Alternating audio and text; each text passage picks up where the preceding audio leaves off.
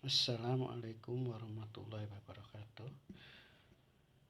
Saya Mariana, guru mata pelajaran kimia di SMA Negeri 1 Ciampea, Kabupaten Bogor.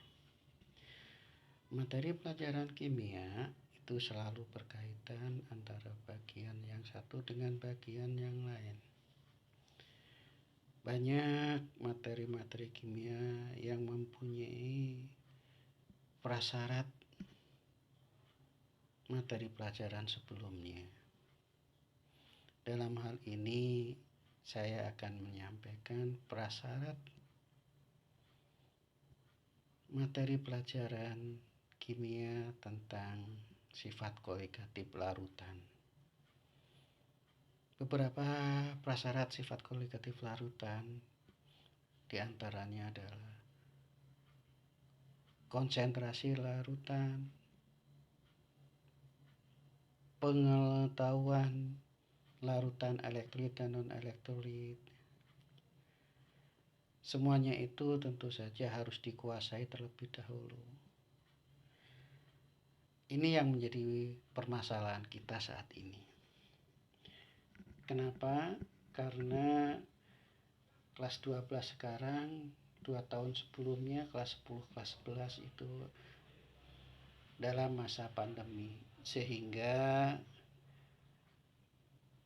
materi pelajaran yang dipelajari sebagian besar didapat dari online. Dengan demikian, pengetahuan mereka tidak maksimal untuk menguasai materi pelajaran kelas 10 dan kelas 11. Di antaranya yaitu pengetahuan tentang sifat larutan elektrolit dan non-elektrolit. Sedangkan itu merupakan prasyarat penting dalam materi sifat koligatif larutan. Karena dalam sifat koligatif larutan kita harus bisa membedakan mana yang termasuk elektrolit dan mana yang bukan elektrolit. Yang tentu saja dalam sifat koligatif itu nanti akan dipengaruhi oleh faktor Van Hoff yang membedakan antara larutan elektrolit dan non-elektrolit. Nah, untuk itu marilah kita menyelesaikan permasalahan ini dengan membahas kembali tentang larutan elektrolit dan non-elektrolit.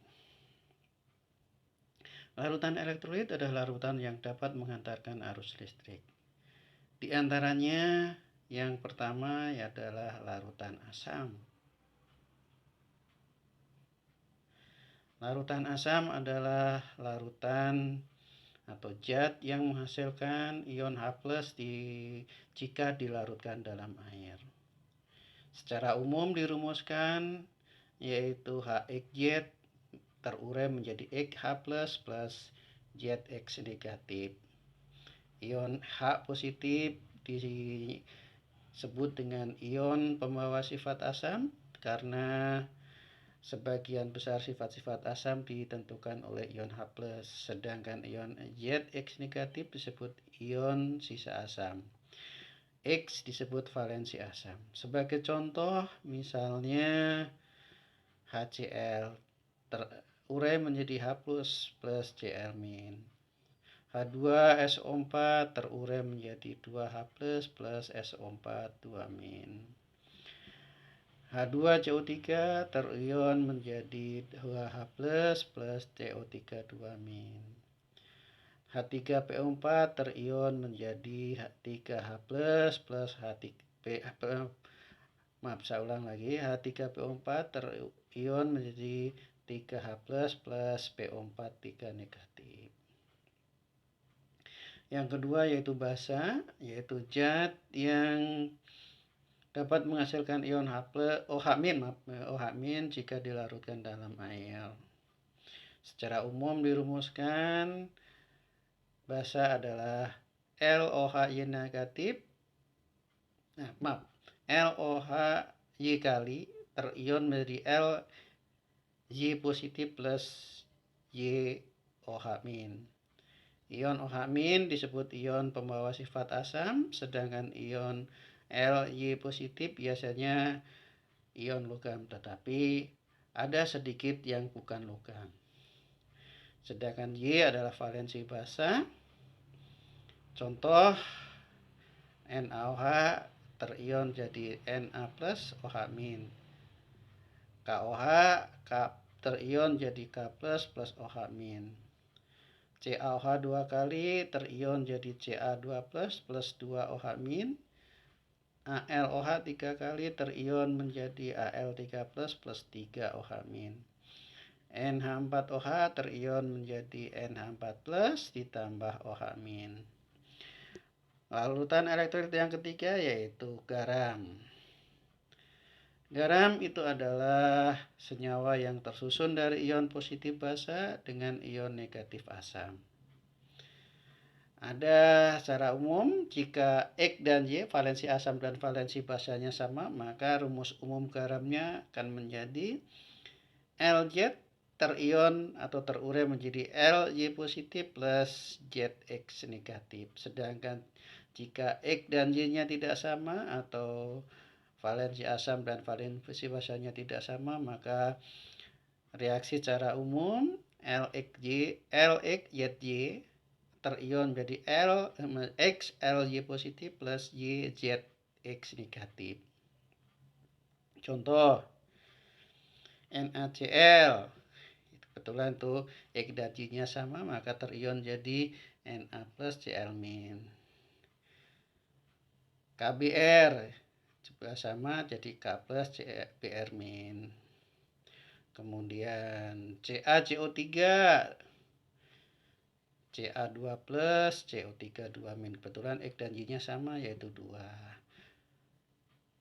Nah, ini contoh yang X dan Y-nya tidak sama. Al2 SO4 3 kali terion menjadi 2 Al3 plus ditambah 3 SO4 2 min. Atau NH4 2 kali SO4 terion menjadi 2 NH4 plus ditambah SO4 2 min. Sedangkan larutan yang non-elektrolit adalah larutan-larutan yang tidak termasuk asam, basa, dan garam. Itulah cara membedakan larutan non-elektrolit dan non-elektrolit yang nanti akan menjadi prasyarat dalam pembahasan tentang sifat koligatif larutan. Nah, banyaknya ion atau partikel yang ada di dalam larutan itu dibahas dalam faktor Van Hoff. Dasarnya yang biasa dilambangkan yaitu I, besarnya sama dengan 1 ditambah alfa kali N-1. I adalah faktor Van Hoff, alfa derajat ionisasi, N jumlah ion. Itu sebagai uraiannya. Mudah-mudahan bisa bermanfaat. Silahkan dipelajari. Sebagai latihannya, berikut tentukan sifat larutan yang terbentuk jika zat-zat berikut dilarutkan dalam air. Jika bersifat elektrolit, tuliskan reaksi ionnya.